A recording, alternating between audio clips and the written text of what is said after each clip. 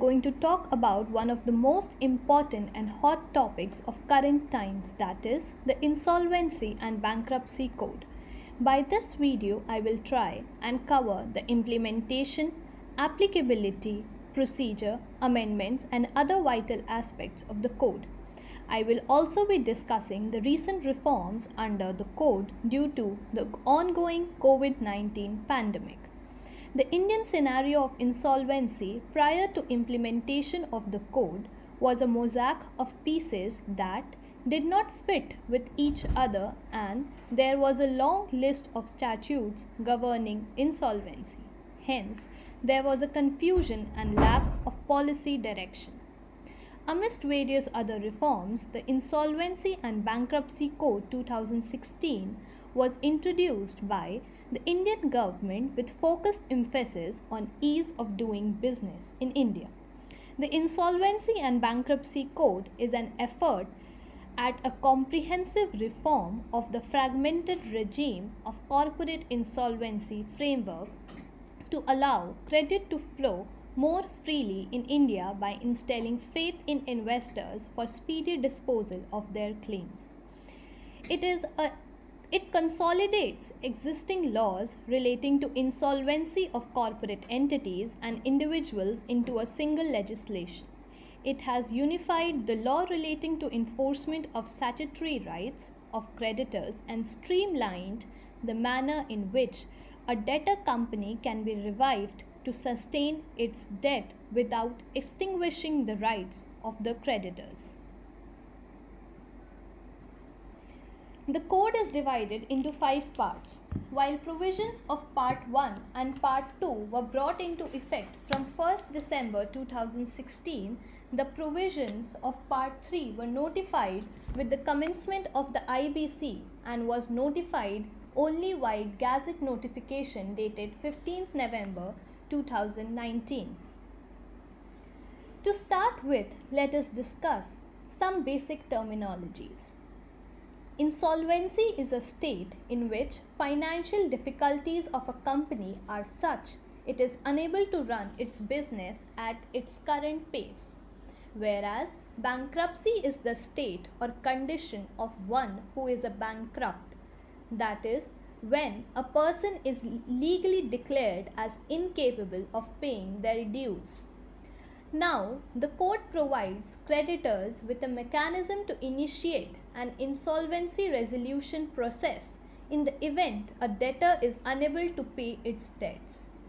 The code also makes distinction between operational creditors and financial creditors, where a financial creditor is one whose relationship with the debtor is a pure financial contract, where an amount can be provided to the debtor against the consideration of time value of money, and the creditor who has provided goods or services to the debtor, including employees, central or state government, is referred as the operational creditor.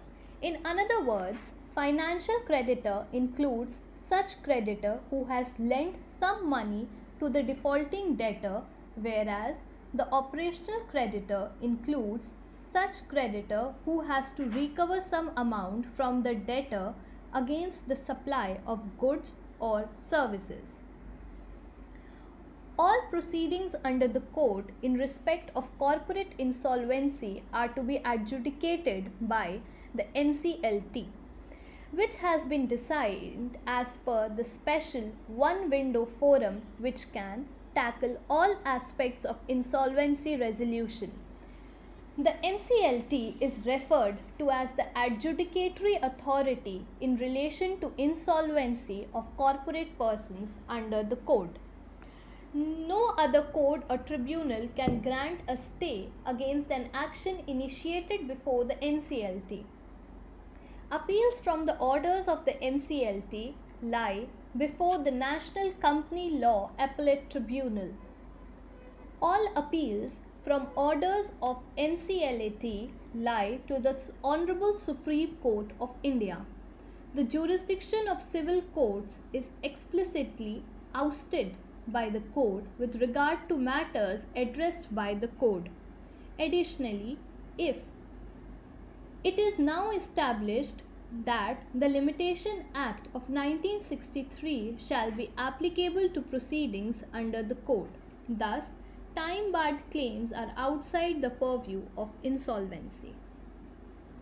Recent reforms have sought to address the concerns of home buyers by treating them as financial creditors for the purpose of the Code.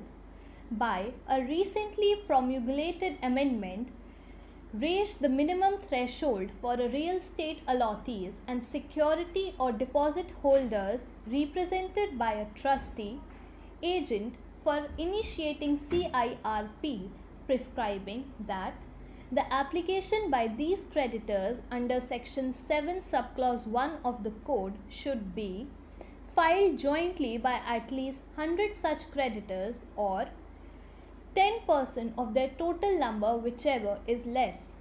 Hence, the allottees under a real estate project are to be treated as a financial debt. As such, amount has the commercial effect of borrowing.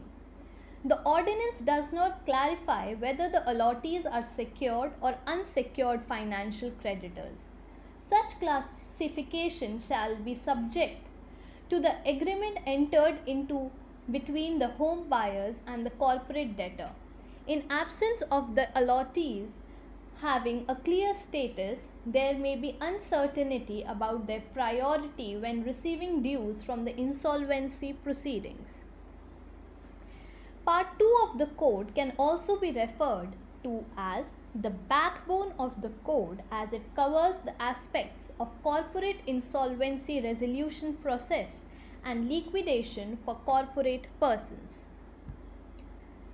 Now let us begin with the process of corporate insolvency resolution. Any creditor of the corporate debtor or the corporate debtor itself may file an application for insolvency under the Code.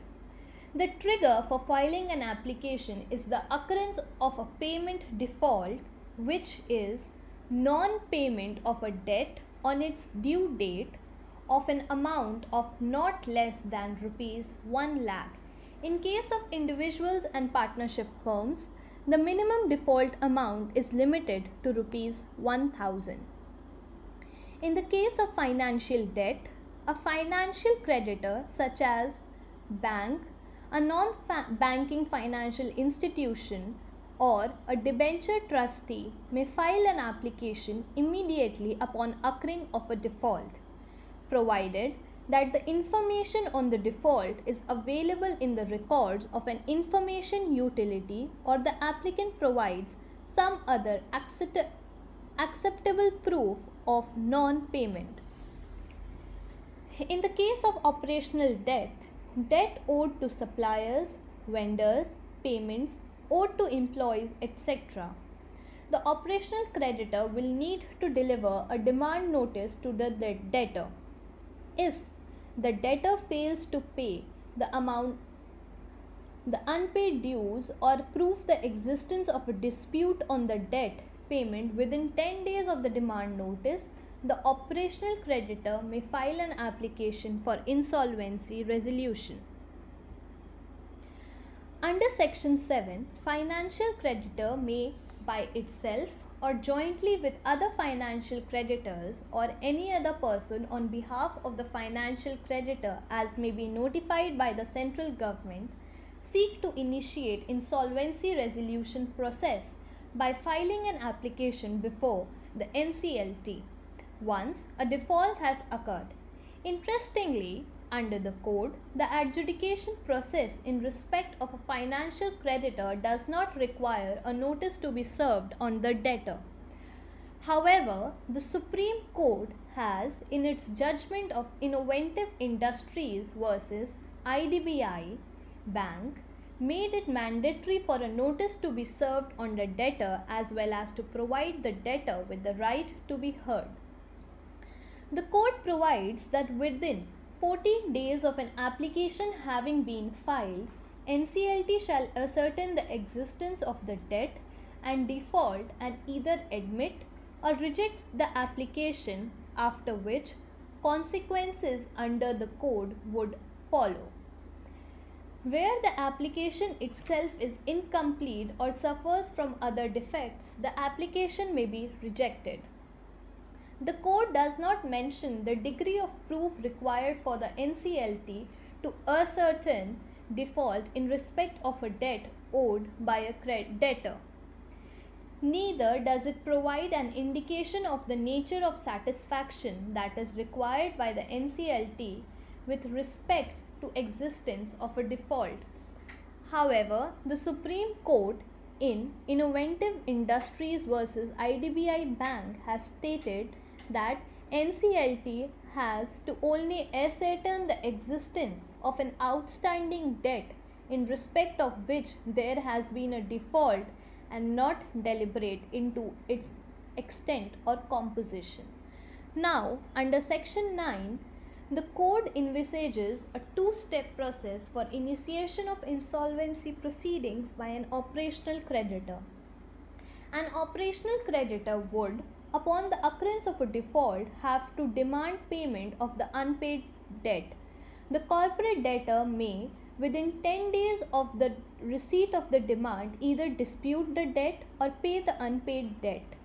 In event the corporate debtor does not reply or repay the debt, an application should be filed by the operational creditor before the NCLT to initiate insolvency resolution process.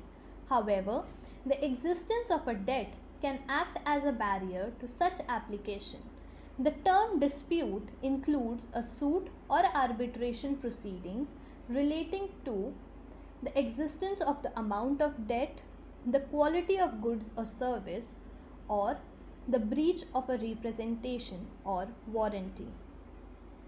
Under Section 10, in case of default by the corporate debtor, the corporate applicant may file an application for initiation of insolvency proceedings. The applicant must furnish information relating to the books of accounts and the resolution professional to be appointed. Additionally, a special resolution must be passed by the shareholders of the corporate debtor, or a resolution by at least 3/4 of the total number of partners must be passed approving the filing of the insolvency resolution applicant. Upon admission of the application preferred by a financial creditor or operational creditor, a moratorium is declared on the continuation and initiation of all legal proceedings against the debtor, and an interim resolution professional is appointed by the NCLT within 14 days from the commencement date. The moratorium continues to be in operation till the completion of the insolvency resolution process, which is required to be completed within 180 days of the application being admitted, extendable by a maximum period of 90 days in cases of delay. During the continuation of moratorium, the debtor is not permitted to alienate or sell any asset with the approval of the Committee of Creditors. Once an IRP is appointed, the Board of Directors is suspended and management vests with the IRP. IRP are required to conduct the insolvency resolution process, take over the assets and management of a company, and assist creditors in collecting information and to manage the insolvency resolution process. The term of the IRP is to continue until an RP is appointed under Section 22 of the Code. The first step for the IRP is to determine the actual financial position of the debtor by collecting information on assets, finances, and operations. Information that may be obtained at this stage include data relating to operations, payments, list of assets and liabilities. In order to have a more workable valuation of stressed assets and bring in transparency in the bidding process, IBBI recently amended its regulations with respect to the corporate insolvency resolution process. As per the amended regulations, a fair value along with the liquidation value has to be determined. The amended regulations defines fair value to mean the realizable value of assets of the insolvent company if there were to be sold between a willing buyer and seller as on the date on which insolvency application has been admitted on an arm's length basis after proper marketing. The amended regulations also require the resolution professional or the RP to provide an evaluation matrix to prospective applicants before they submit their resolution plans. The evaluation matrix refers to a set of parameters and the manner in which these parameters are to be applied while considering a resolution plan.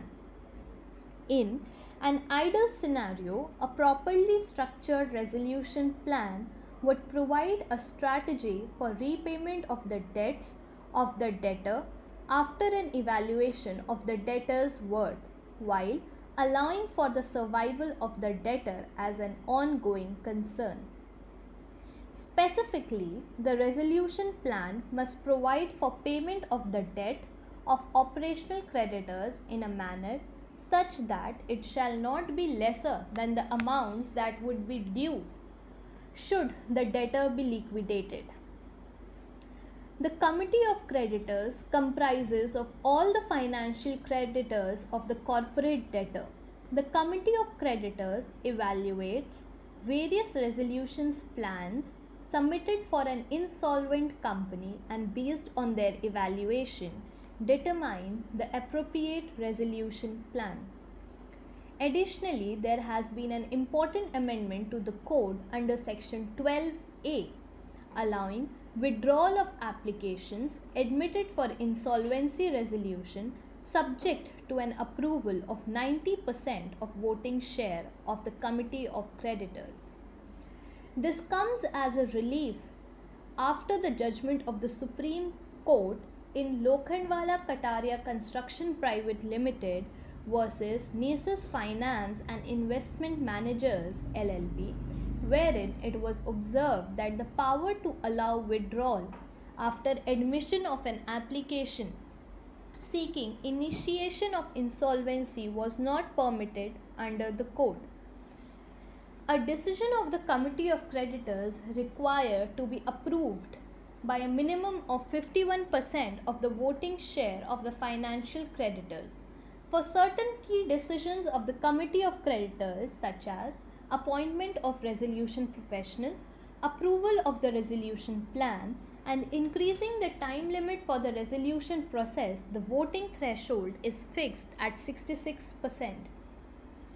If the terms under the resolution plan are approved by the committee of creditors and subsequently by the NCLT, the resolution plan would be implemented and the debtor may merge from debt crisis with a fresh chance for business and lessened liabilities.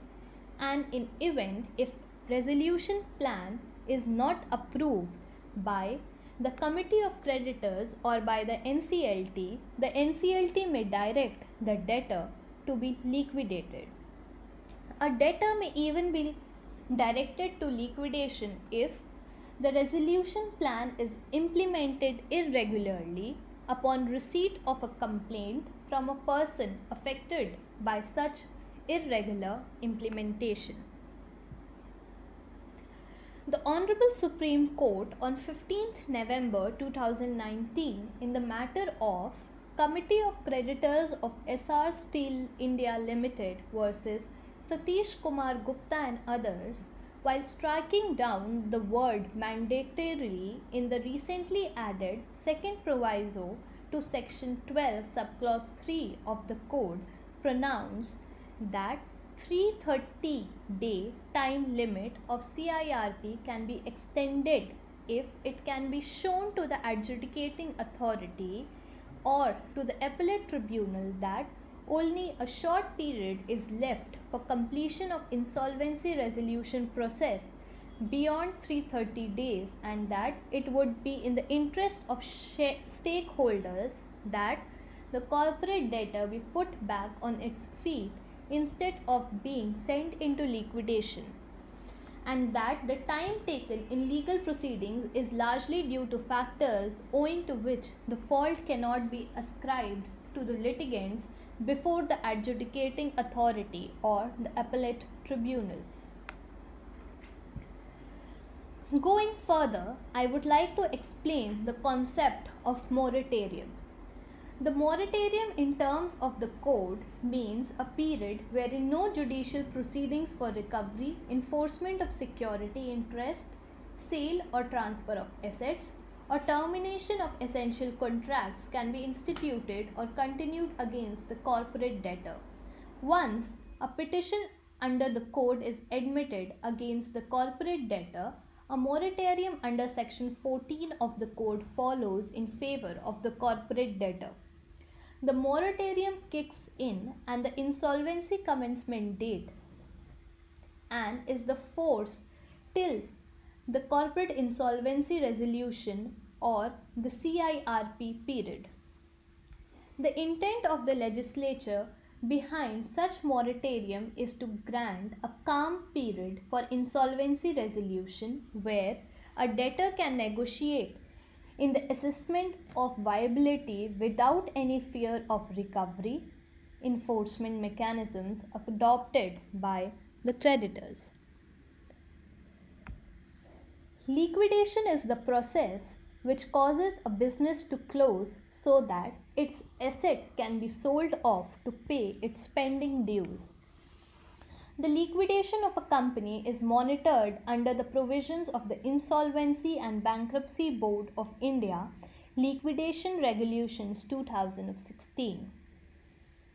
For what triggers a company to go liquidation is, firstly, when a resolution plan is not received before the expiry of the insolvency resolution plan process period or the maximum period permitted for completion of the corporate insolvency resolution process.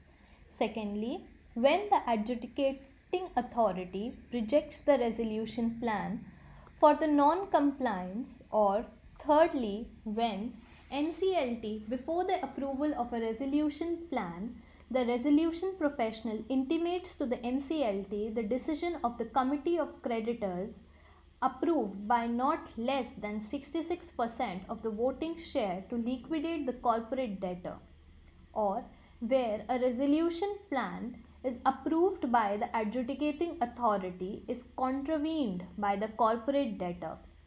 Any person other than the corporate debtor whose interests are prejudicially affected by such contravention makes an application to the adjudicating authority for a liquidation order. After the adjudicating authority passes an order for liquidation under section 33 of the code, the resolution professional who was appointed for the corporate insolvency resolution process shall, subject to the submission of a written consent by a resolution professional to the adjudicatory authority in a specified form, act as a liquidator for the purposes of liquidation unless replaced by the adjudicating authority. Soon after the appointment of a liquidator, there is a public announcement on the same in the local newspaper, website of the corporate debtor and website of IBBI. The public announcement calls upon stakeholders to submit their claims within 30 days from the liquidation commencement date. Basically means the date on which the proceedings for liquidation commence in accordance with section 33 or section 59 of the code, as the case may be. For the purposes of liquidation, the liquidator shall form an estate of the assets which shall be called the liquidation estate in relation to the corporate debtor.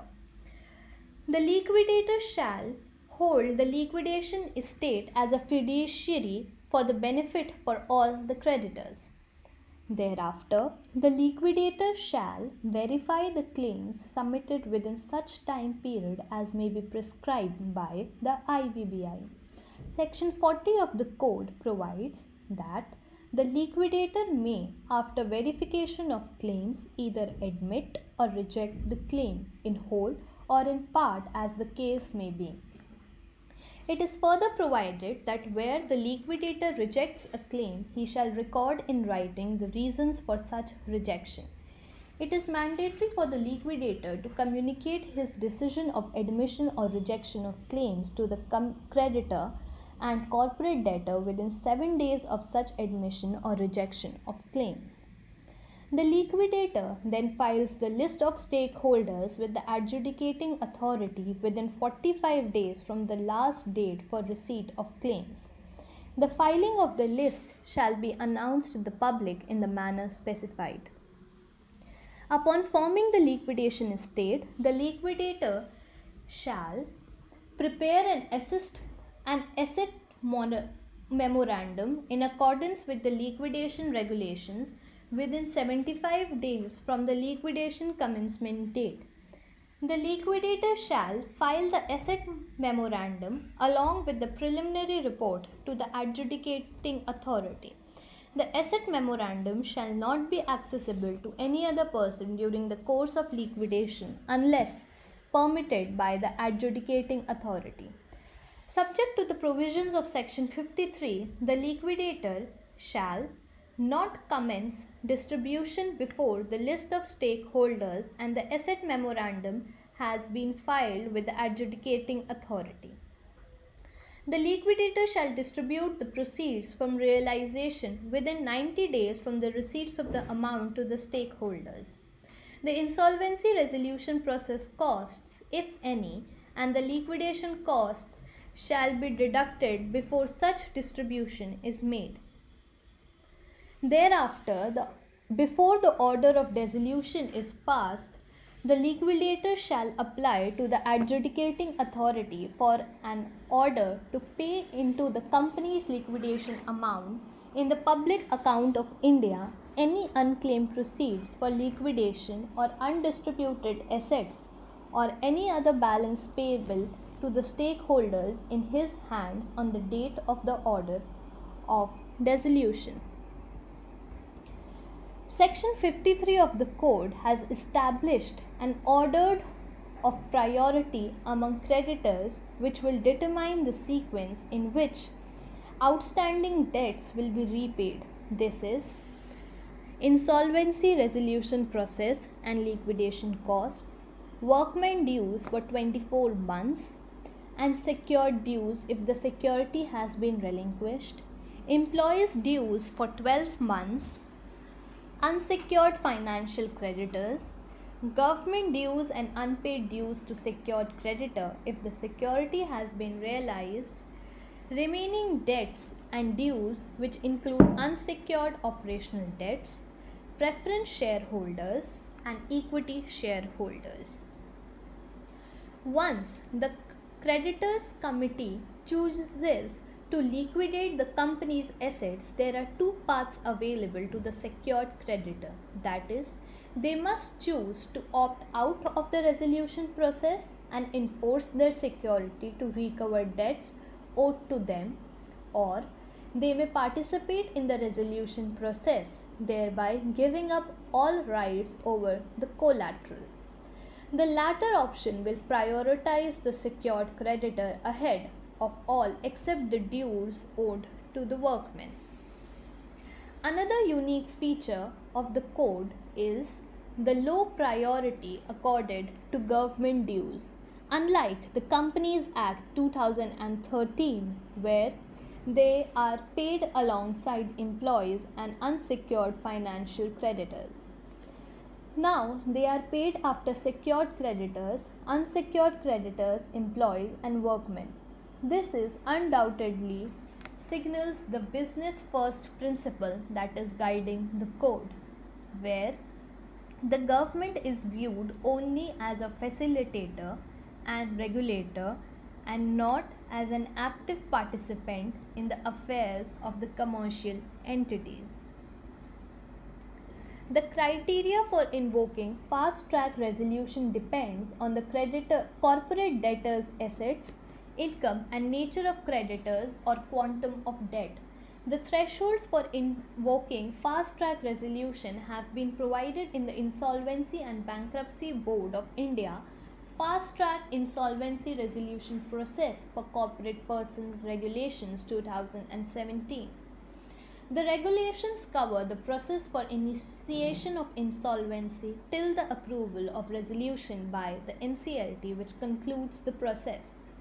The entire process is completed within 90 days. However, the NCLT may, if satisfied, extend the period of 90 days by another 45 days. A creditor or a debtor may file an application along with the proof of existence of default to the NCLT for initiating fast track resolution. After the application is admitted, the RP is appointed, and if the IRP is of the opinion based on the records of the debtor that the fast track resolution is not applicable to the debtor, he shall file an application to the NCLT to convert the fast track into a normal insolvency resolution process. The Ministry of Corporate Affairs has notified sections 55 to section 58 of the Code pertaining to the fast track process, and that the fast track process shall apply to the following categories of debtors: a small company as defined under clause 85 of section 2 of Companies Act 2013, a startup other than the partnership firm as defined in notification dated 23rd May 2017 of the Ministry of Commerce and Industry, or an unlisted company with total assets as reported in the financial statement of the immediately preceding financial year not exceeding 1 crore. The code also provides for voluntary winding up of corporate person who has not committed any default, provided certain conditions as laid down in the code are fulfilled. The RP must verify claims raised by stakeholders against the corporate persons and wind up the affairs of the corporate company within 1 year from the date of commencement of the voluntary liquidation. After the sale of assets of the debtor, the liquidator would make an application to the NCLT for its dissolution. The NCLT would then make an order for dissolution of the debtor, and an order of the same would be communicated to the authority with which the corporate debtor is registered. Part 3 of IBC applies to matters relating to fresh start, insolvency and bankruptcy of individuals and partnership firms where the amount of default is not less than 1,000 rupees. By way of the Gazette notification, the part relating to fresh start has not been notified. The only part that has been notified relates to the personal guarantors to the corporate debtors and not the other provisions of Part 3.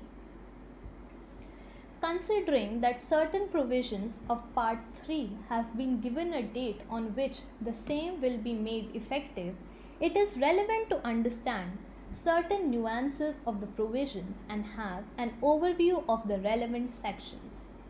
The actual provisions which will have come to be notified can be read under Chapter 3 of Part 3 of the Code. It is also imperative to reiterate that the provisions of Chapter 3 of Part 3 of the Code which relate to personal guarantors to corporate debtor was brought into effect from 1st December 2019. The only part that has been notified relates to the personal guarantors to the corporate debtors, and no other provisions of Part 3 has yet been notified. Part 3 of the code is applicable to three categories of individuals: personal guarantors to corporate debtors, individuals with partnership firms or sole proprietorships, and other individuals.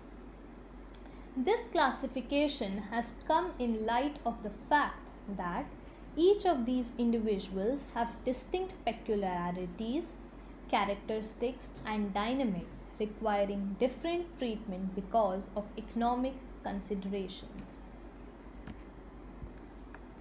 One of the major distinctions between the corporate insolvency resolution process and personal insolvency is that the adjudicating authority is the debts recovery tribunal, while in the case of corporate debtor, the adjudicating authority is the National Company Law Tribunal.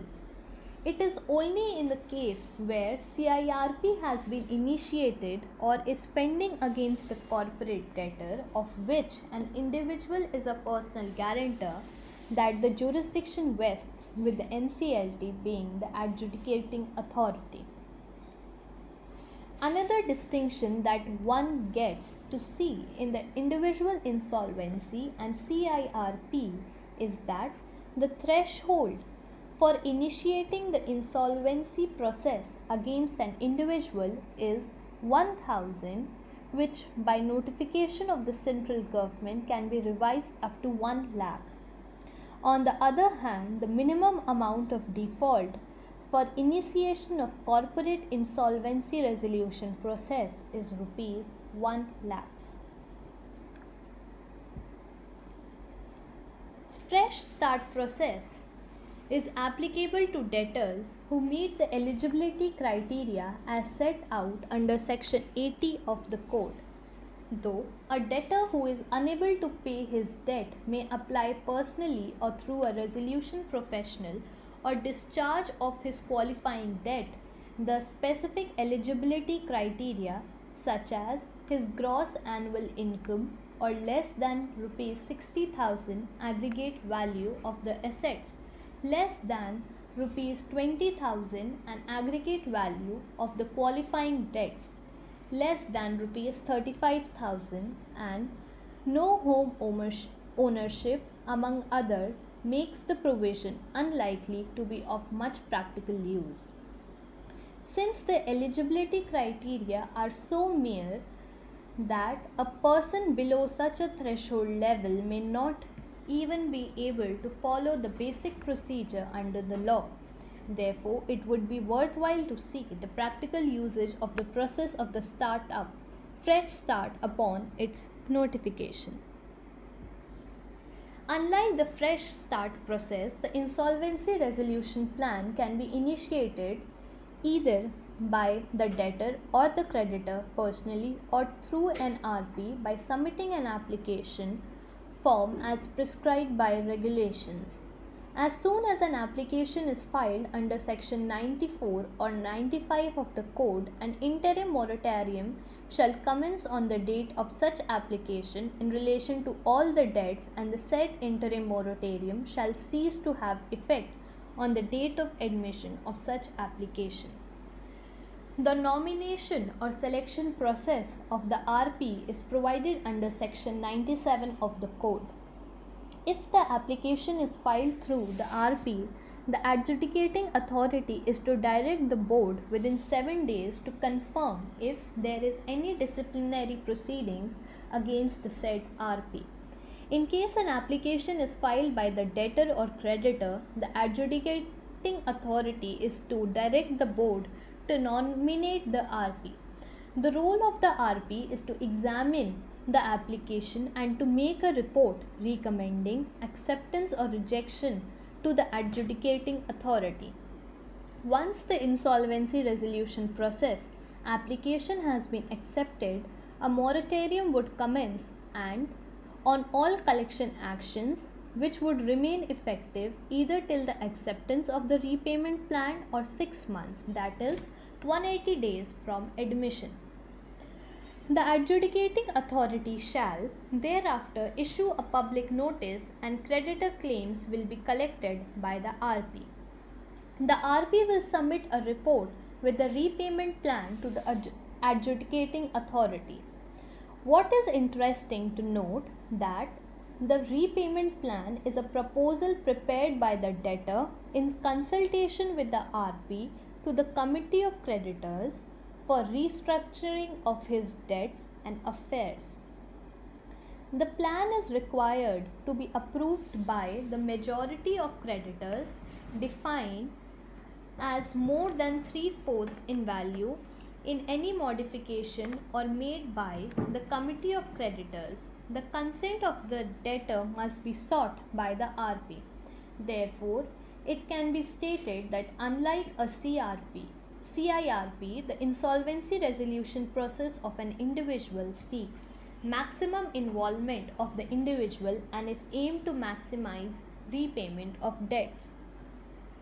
It may also be pointed out that once the repayment plan is approved by the creditors and sanctioned by the adjudicating authority, the plan would be binding on the debtor and all the creditors mentioned in the plan. However, if the same is rejected, the debtor and the creditor shall be entitled to file an application for bankruptcy order under Chapter 4. The implementation of the plan is to be supervised by the RP, and on completion report is to be submitted to the adjudicating authority. It is on the basis of the repayment plan that a discharge order may be granted to the debtor either early or on completion of the repayment plan. Thus, the intent and purpose of Part 3 of the Code is that the insolvency resolution plan is not a debt recovery process by one creditor alone, but is a collective process where all the creditors of a debtor sit across the table to negotiate a plan according to which all debts of the debtor are to be repaid. So, once the repayment plan is approved, it becomes effective as if proposed by debtor is binding on the creditors mentioned in the plan. However, in cases where the repayment plan is terminated prematured due to non-compliance or any other reason, the resolution professional within 3 days of such knowledge of breach shall issue notice to the guarantor identifying the breach, and thereafter within 15 days if there is no satisfactory reply, the resolution professional shall apply to the adjudicating authority for bankruptcy order under Chapter 4. Bankrupt or bankruptcy is derived from two words, that is, bank, which means bench or a place of business, and rupt is derived from ruptus, meaning broken. In other words, bankrupt means a debtor who has been adjudged as bankrupt by a bankruptcy order under Section 126 of the Code, or each of the partners of a firm where a bankruptcy order under Section 126 has been made against a firm or any person adjudged as undischarged insolvent. Now, for filing an application for bankruptcy, the insolvency process is a precondition, and direct application for bankruptcy is not allowed. Application for bankruptcy can be filed by creditor individually or jointly, and in case of debtor is a firm, application may be filed by any of its partners if application for IRP is rejected by the adjudicating authority, or the adjudicating authority has passed an order rejecting the repayment plan by meeting of creditors, or an order of adjudicating authority that a repayment plan has been completely implemented. Such application has to be filed within 3 days of the order passed by adjudicating authority as the case may be, and the applicant may propose an insolvency professional to act as bankruptcy trustee. No application shall be withdrawn without the leave of adjudicating authority.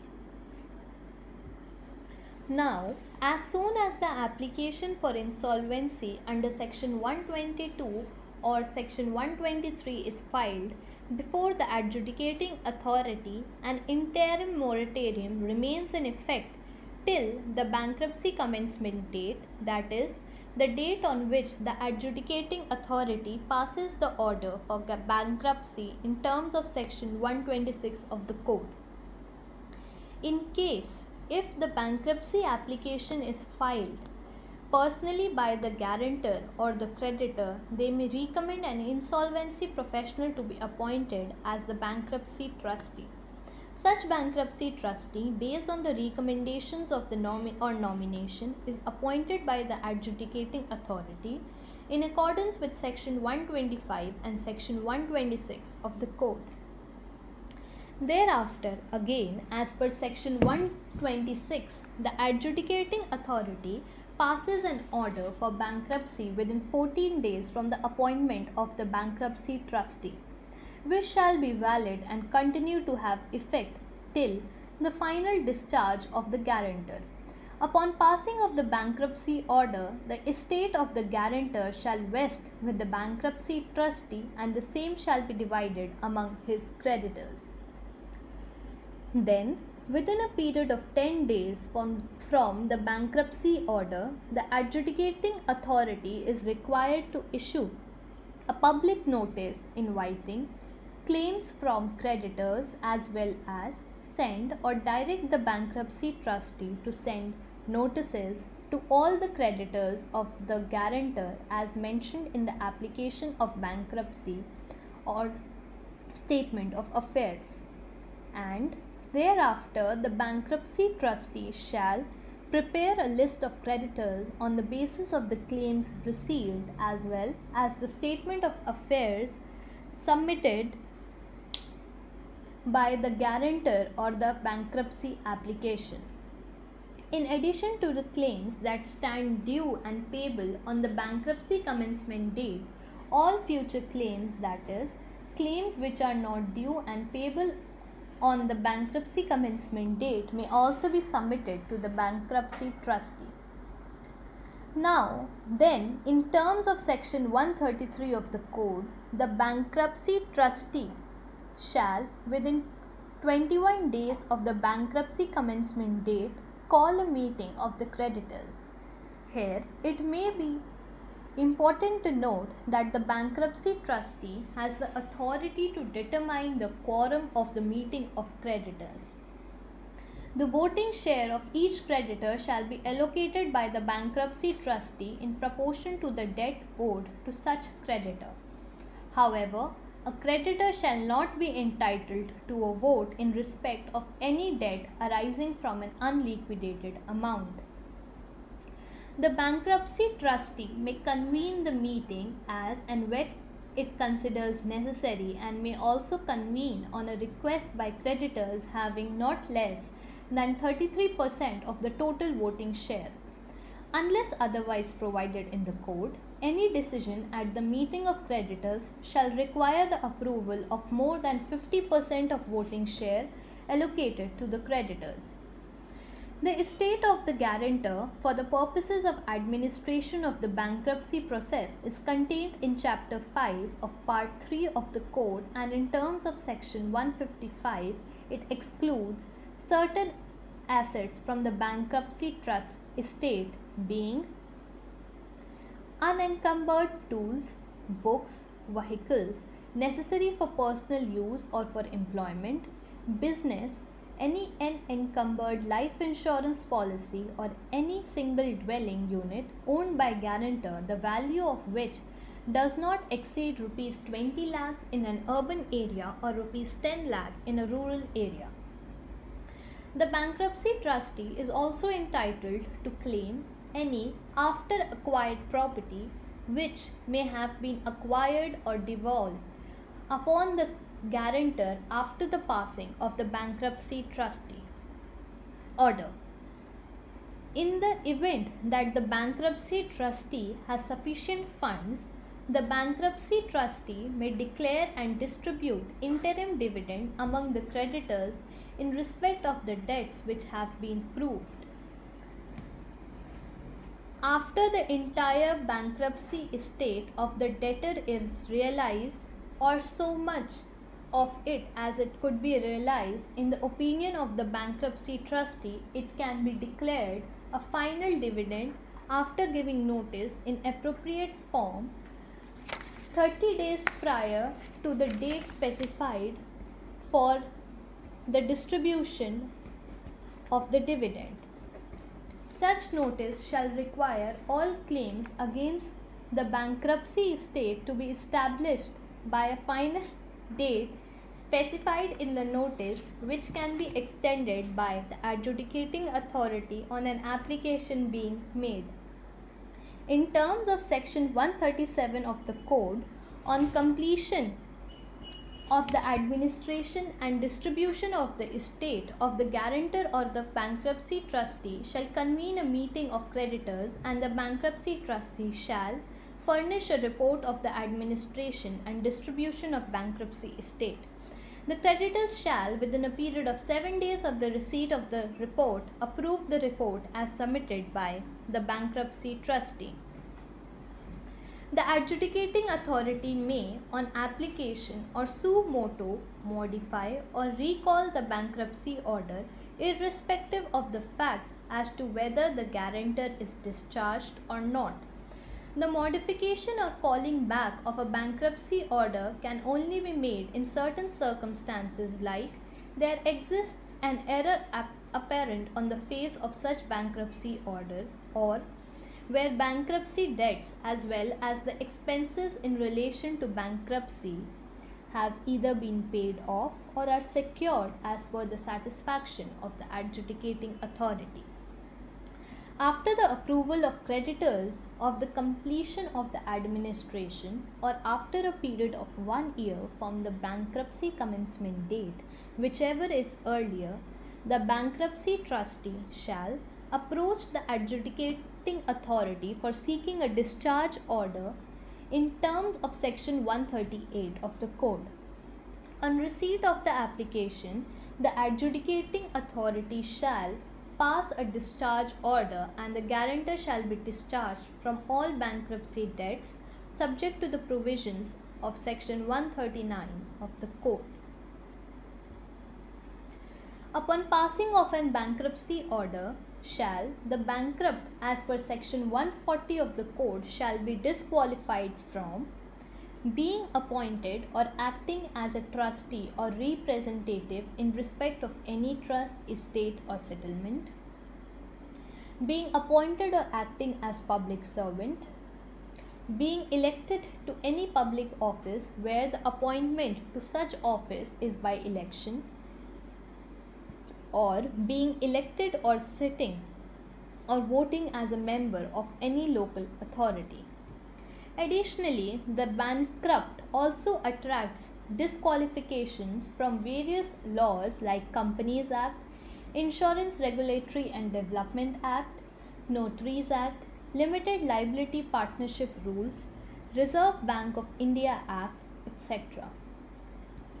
Apart from the above disqualifications as discussed, the bankruptcy order also attracts some basic disqualifications, such as the bankrupt cannot travel overseas without the permission of adjudicating authority, or cannot create any charge of his or her debt, or must inform the party before entering into any transaction above rupees 1 lakh, or cannot act as director, promoter, or cannot be a member of professional body, amongst various other disqualifications as mentioned herein.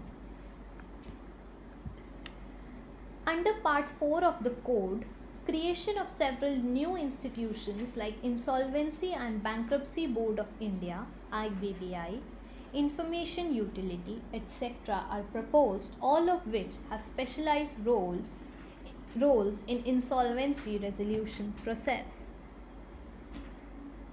The Code has created a regulatory and supervisory body, the Insolvency and Bankruptcy Board of India, which has the overall responsibility to educate, effectively implement, and operationalize the bankruptcy code.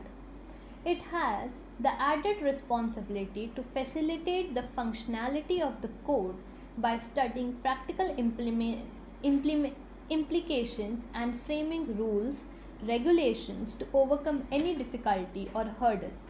The code also envisages the creation of professional insolvency practitioners known as interim resolution professionals and resolution professionals who are tasked with overseeing various aspects of the resolution of insolvency. It further sets up insolvency resolution professional agencies, which are professional bodies that will regulate the practice of insolvency professionals. Individual practitioners are required to be enrolled with the insolvency professional agencies, which are empowered to certify professionals and conduct examinations and lay out a code of conduct.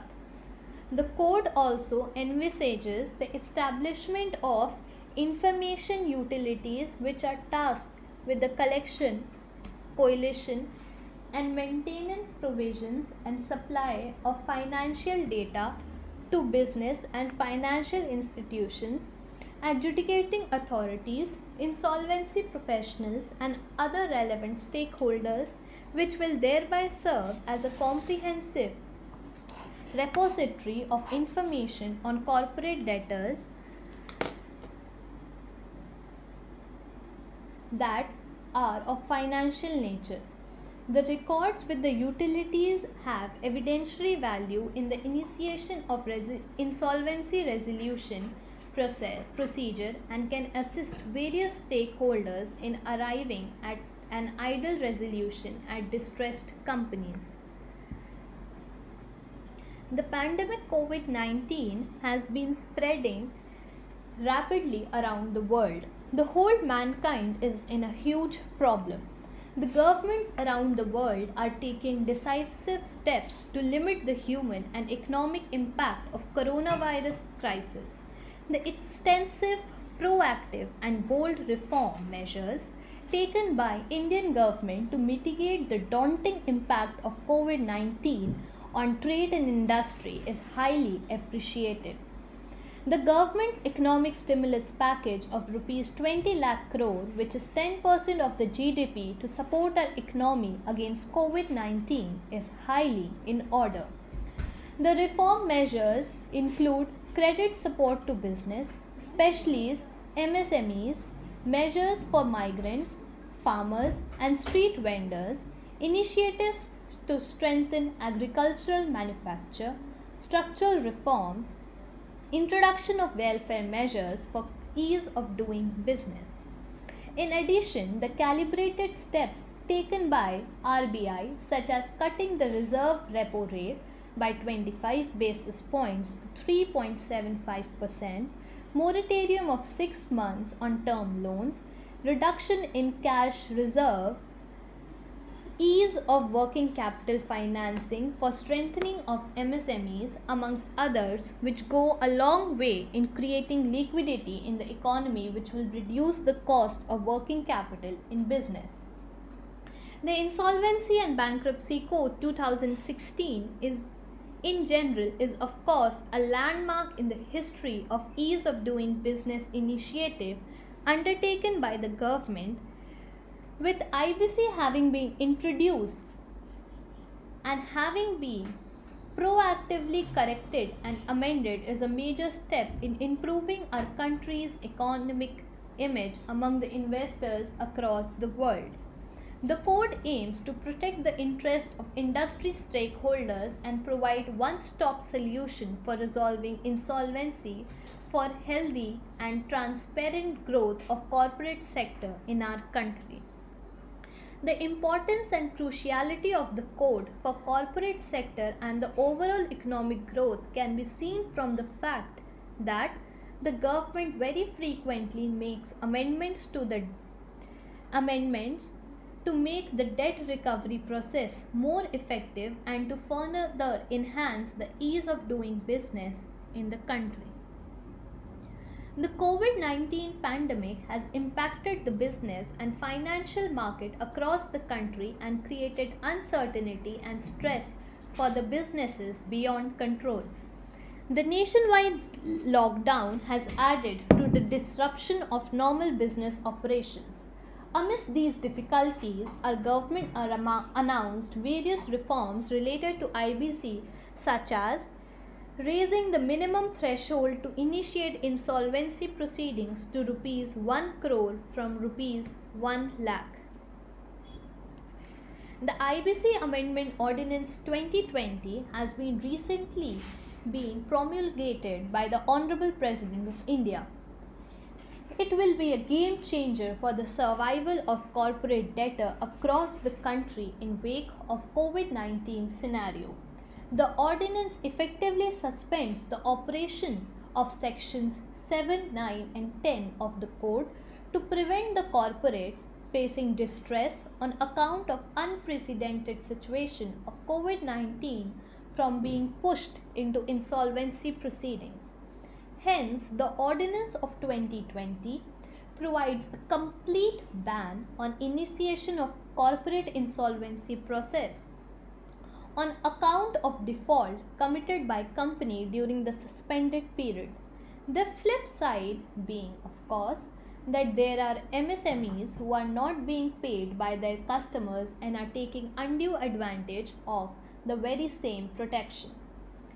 According to the ordinance, Section 10A has been inserted in the code which states that no application for initiation of corporate insolvency resolution process of a corporate debtor shall be filed for any default arising on or after 25th March 2020 for a period of 6 months extendable up to a maximum period of 1 year from such date as may be notified, thereby providing a shield to the companies impacted by the outbreak of COVID-19.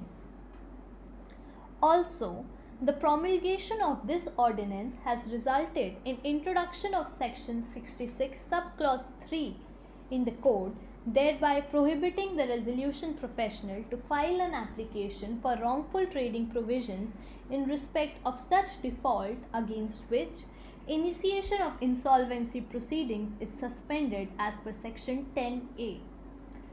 Thus, the ordinance will provide a great relief to those corporate debtors who are directly affected due to COVID-19 pandemic, which has resulted in widespread disruption of business operations across the country. The ordinance also takes cognizance of the fact that in such circumstances it would be difficult to find adequate number of resolution applicants to rescue the corporate persons who may be in default in discharge of their debt or obligations during these difficult times.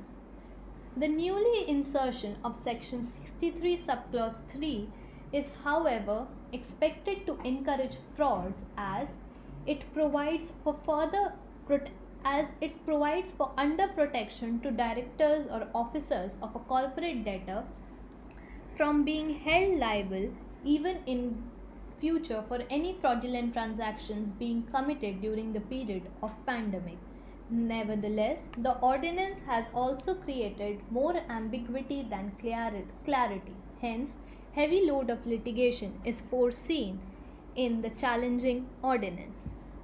In the end, I would like to say that the code, being transformational piece of legislation, has undergone many amendments in a short span and can be seen by the responsiveness of the government in order to balance out the business with the economies and making code efficacious in the line of ease of doing business in India.